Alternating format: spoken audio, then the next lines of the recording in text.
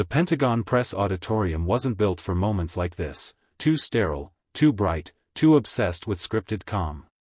But on that Tuesday morning, every seat was taken, every camera light burning hot.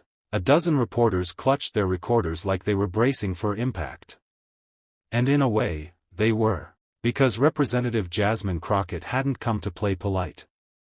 She stood at the podium in a fitted navy suit, no notes in her hands, just a quiet certainty that something rotten was about to be pulled into the light.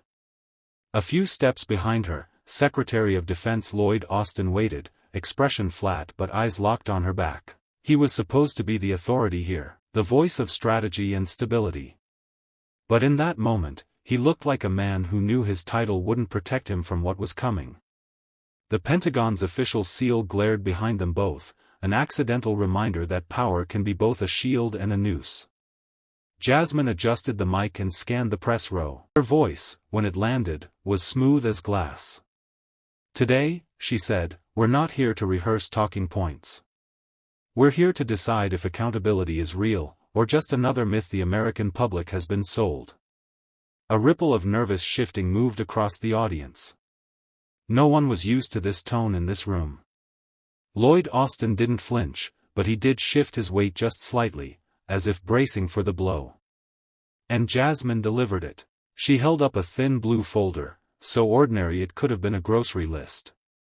But everyone could feel the tension coil tighter when she flipped it open. "This," Jasmine began, tapping the folder with a manicured finger, "is a record of $42 billion in defense contracts approved under your watch, Secretary Austin."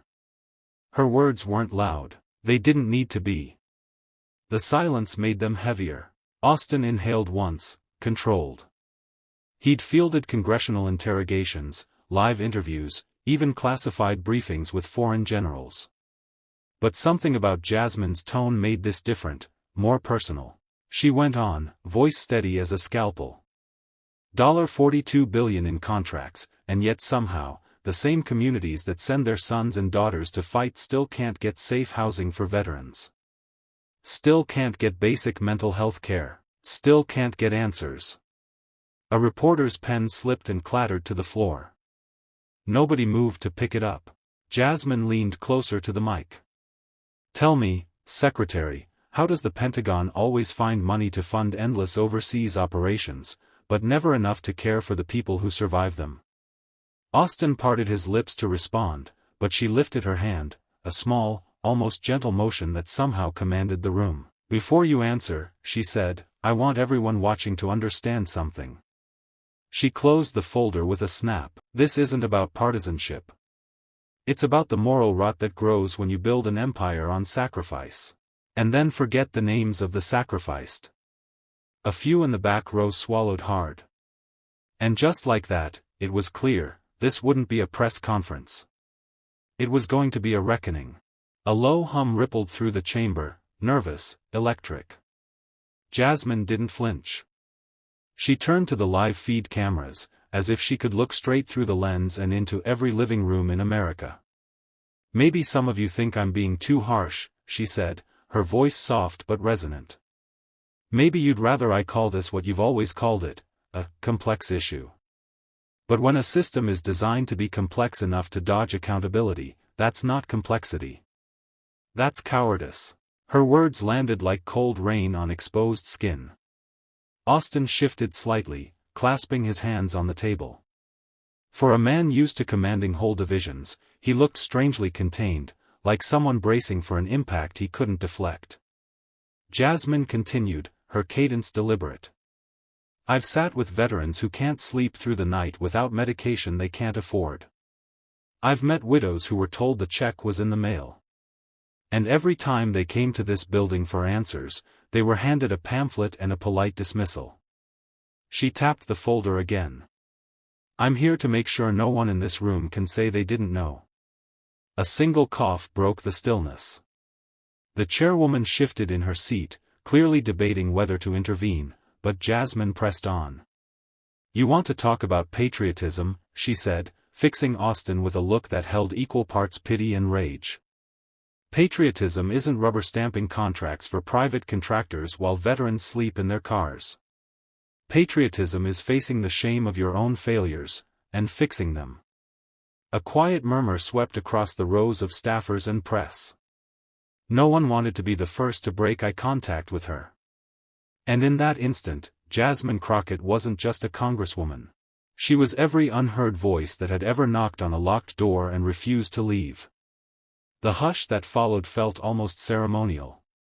For a moment, Lloyd Austin looked down at the polished wood of the hearing table, as though the grain might offer a script he could read from.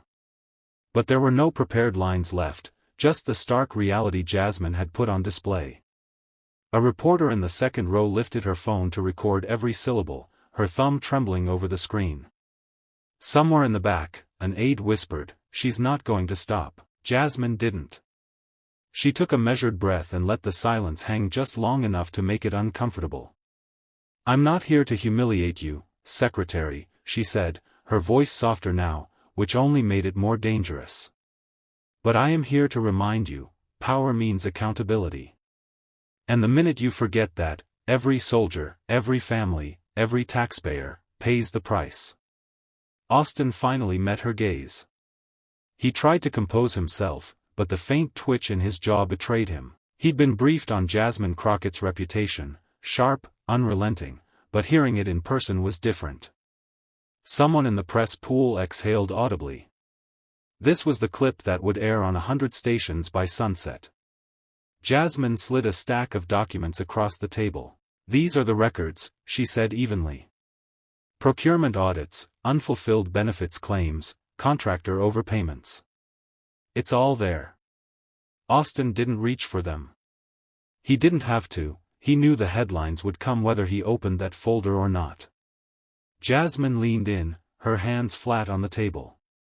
"So, before you give me another polished statement about review processes, let's be clear. If this institution can mobilize billions overnight for war, it can figure out how to keep a veteran from freezing on a sidewalk." It wasn't a shout. It wasn't even a raised voice. But it was the loudest thing anyone in that room had heard all day. And as the camera zoomed in on Austin's face, schooled, but unsteady, it was obvious, the real war was happening right here. For a moment, the tension wrapped itself around the chamber like a live wire. Even the congressional aides, so used to theater and scripted outrage, looked genuinely rattled. Jasmine's words had cracked something open that was never meant to see daylight. Secretary Austin finally cleared his throat. "Representative Crockett," he began, his voice carefully measured, "I understand your passion. But I'd caution you, some of these figures are preliminary. These processes." She raised a hand, palm out, stopping him cold. The gesture wasn't disrespectful. It was decisive. The kind of signal that said you've had your turn. "Processes," she repeated, her tone as flat as polished stone. "We have processes that take years to get prosthetics to wounded veterans. Processes that somehow deliver contracts to the same 4 corporations every time. Processes that keep military families on food stamps while lobbyists bill taxpayers for steak dinners." A murmur rippled through the gallery, part disbelief, part shame. Jasmine turned her head, scanning the room, making eye contact with every official and journalist who'd ever shrugged this stuff off as too complicated to tackle. "And while we're here," she continued, "let's talk about how much you've spent on reputation management, consultants, PR firms, messaging strategies, all to protect the institution's image. You can recite your job title 1,000 times, but you still work for the people, not the other way around." Austin shifted back in his seat, his expression flickering between irritation and resignation. He knew there was no walking this back. Not when the receipts were printed out in front of him, not when half the country was already clipping the exchange for social media.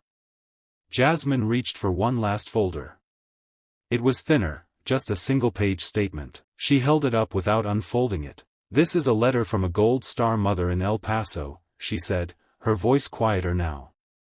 "She doesn't want an apology. She wants a system that doesn't treat her son's life like a line item." Austin's lips parted, but no words came out. The camera zoomed in tighter, catching the crease forming between his brows.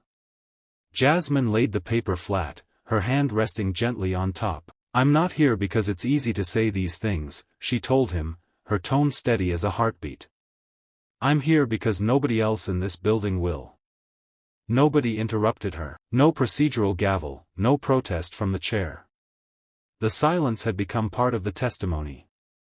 And in that hush, you could feel something shift, not just in Austin's demeanor, but in the way the whole room seemed to understand, this wasn't political theater. This was what accountability looked like. Next moment was the kind of pause that makes history. Not because it was loud, but because it was absolutely, painfully silent. Secretary Austin rested both palms on the table, as if steadying himself. A flicker of frustration passed over his face, but it didn't last. He seemed to understand there was nowhere to hide. Jasmine didn't gloat. She didn't even look satisfied. She looked resolute. Like someone who'd known this reckoning was inevitable. When she spoke again, her voice dropped low enough that the microphones had to strain to catch it. "You want to know why people don't trust this institution anymore?" she asked, glancing at the panel, at the journalists, at the soldiers seated in the back row. "It's because you think transparency is a liability instead of a duty." Austin opened his mouth, closed it, then tried again. "Representative Crockett, we're at war on multiple fronts. These are delicate matters." "Delicate?" she echoed, her eyebrows lifting. "No, Mr. Secretary. Delicate is a word you use when you're trying to excuse cowardice." A gasp rolled across the gallery. Even the seasoned Capitol reporters looked stunned, some scribbled furiously, others simply watched. Austin's jaw flexed. "You're out of line," he said quietly. Jasmine leaned forward, her forearms braced on the table, voice sharpened to a lethal clarity. "And you've been out of touch," she replied. "Out of touch with the rank and file who sleep in mold-ridden barracks. Out of touch with the spouses who ration their kids' medication while you allocate billions to defense contractors. Out of touch with every taxpayer who's sick of footing the bill for your selective accountability." For a heartbeat, neither of them moved. It felt like the chamber itself was holding its breath. Then Jasmine straightened her shoulders, as if reclaiming the space she'd just filled with her words. She wasn't shaking. She wasn't even angry. She was simply done pretending this was normal. Austin exhaled, defeated more by the truth than by any rhetorical flourish. "Mr. Chairman," Jasmine said without looking away from him, "I yield the remainder of my time." The chair's gavel hit the block, but it sounded small, like punctuation after a sentence no one would forget. In the back row, a Marine in dress blues wiped his eyes with a knuckle. A reporter mouthed "Oh my God" to a colleague. And somewhere, in thousands of living rooms across America, people watched a moment they'd waited years to see.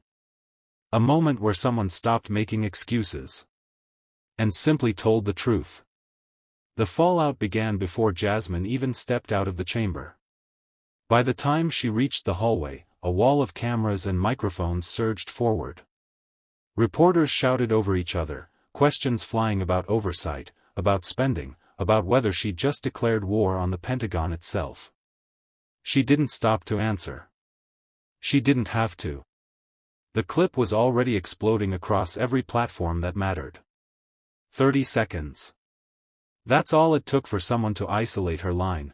"Delicate is a word you use when you're trying to excuse cowardice."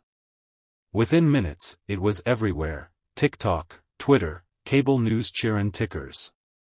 People replayed it again and again, a chorus of disbelief and catharsis. Inside a suburban living room in Kansas, an Army vet turned off the TV and whispered, "Finally." At a diner in Fayetteville, a young military spouse grinned through tears. "She said what we've been yelling about for years." Back in Washington, Austin's staff scrambled to draft statements. None of them could settle on the right spin. If they called her reckless, they risked confirming every accusation she'd made. If they tried to ignore it, the story would keep growing. He sat behind his desk, staring at a printout of her remarks. His hands rested in his lap, and for a moment, he didn't look like the most powerful defense official in the country. He looked like a man wondering how many people he'd failed to hear. Meanwhile, Jasmine walked calmly to her office, her phone buzzing non-stop. Colleagues texted her everything from, "You went too far," to, "You finally said it." She didn't respond to any of it. Not yet. Inside her office, she set the phone face down and sat at her desk. For the first time all day, she let herself feel the weight of what had happened. She had called out a man who'd spent his life in command. She had broken the unspoken rule that power deserves deference, even when it fails. She had risked her own career to draw a line. And she knew it wasn't over. A young staffer peeked in, her face pale with adrenaline. "They're asking if you'll do interviews." Jasmine took a long breath. "Not tonight." The staffer hesitated. "Should I cancel everything?" "No," Jasmine said. She turned her chair to look out the window, where the sun was bleeding out behind the Capitol dome. "But tomorrow, when they ask me if I stand by what I said, I want you to know." She turned back, her gaze steady. "I do." The next morning, Washington woke up to a front page that didn't mince words. She called the Pentagon cowardly, and America listened. Pundits were already tearing each other apart on cable panels. Some called Jasmine unpatriotic. Others said she'd just spoken the truth nobody else had the courage to admit. At the Pentagon, Lloyd Austin stood in front of a closed-door briefing, his jaw tight. Reporters waited in the hall, cameras aimed, each one hoping he'd slip, say something dismissive, something that would confirm every charge Jasmine had laid out. When he finally stepped up to the podium, he didn't blink. "I have dedicated my life to defending this country," he began. His voice was calm, the way it always was in crisis. "I don't agree with the representative's characterization." A reporter raised a hand. "Do you think she's wrong?" Austin didn't look away. "I think she's angry. And I think anger is not always misplaced." Gasps fluttered around the room. For a beat, the cameras went quiet. But Jasmine wasn't watching. She was in a conference room 3 blocks away, meeting with a group of young military families who'd asked to talk to her. They weren't donors. They weren't lobbyists. They were just tired of feeling invisible. She sat across from them, her expression open but firm. "I didn't call the secretary a coward," she said quietly. "I called the culture that protects failure and punishes accountability cowardly. And I meant it." One young woman in a faded Air Force t-shirt wiped her eyes. "My husband did 3 tours," she whispered. "We came back, and nobody would help us. You're the first person who didn't look away." Jasmine reached across the table, resting her hand on the woman's trembling fingers. "That's why I'm here," she said. "That's why I'll keep showing up." Outside, the wind shifted, whipping through the flags over the Capitol. Some people would call what she'd done reckless. Some would call it brave. But the truth was simpler. She had refused to stay silent. And in a city built on polite lies, that was the most dangerous act of all. The next morning, headlines didn't mince words. Jasmine Crockett confronts Pentagon in fiery hearing blared across news sites. Clips of her measured takedown of Austin looped on every major network. Some called it reckless. Others called it necessary. Inside a cramped D.C. cafe, 2 young Army veterans sat hunched over their phones replaying her testimony. One of them, a man named Evan who'd served 3 tours, rubbed his jaw and said, "She's the first person up there who talks like we matter more than the contracts." His friend just nodded, silent, because the truth was it felt like a relief to hear someone break through the rehearsed platitudes. Back at the Pentagon, Austin convened a private debrief. The room was tense, senior aides glancing at each other, some whispering about damage control. But the secretary didn't look angry. He looked reflective. For a long moment, he tapped a pen against his folder before saying, "Maybe she's right about one thing, transparency doesn't have to be a threat." Outside, Jasmine wasn't basking in victory. She stood alone on the Capitol steps, her phone buzzing with interview requests she ignored. She knew this moment wasn't about her, it was about the people who'd never get a seat at that hearing table. The young soldiers paying the price. The families left behind. A reporter finally approached, microphone trembling in her hand. "Congresswoman," she began cautiously, "what do you hope people remember about what happened yesterday?" Jasmine lifted her eyes, voice steady. "That no institution, no matter how powerful, should be immune to the truth. And no leader, no matter their rank, should be above accountability."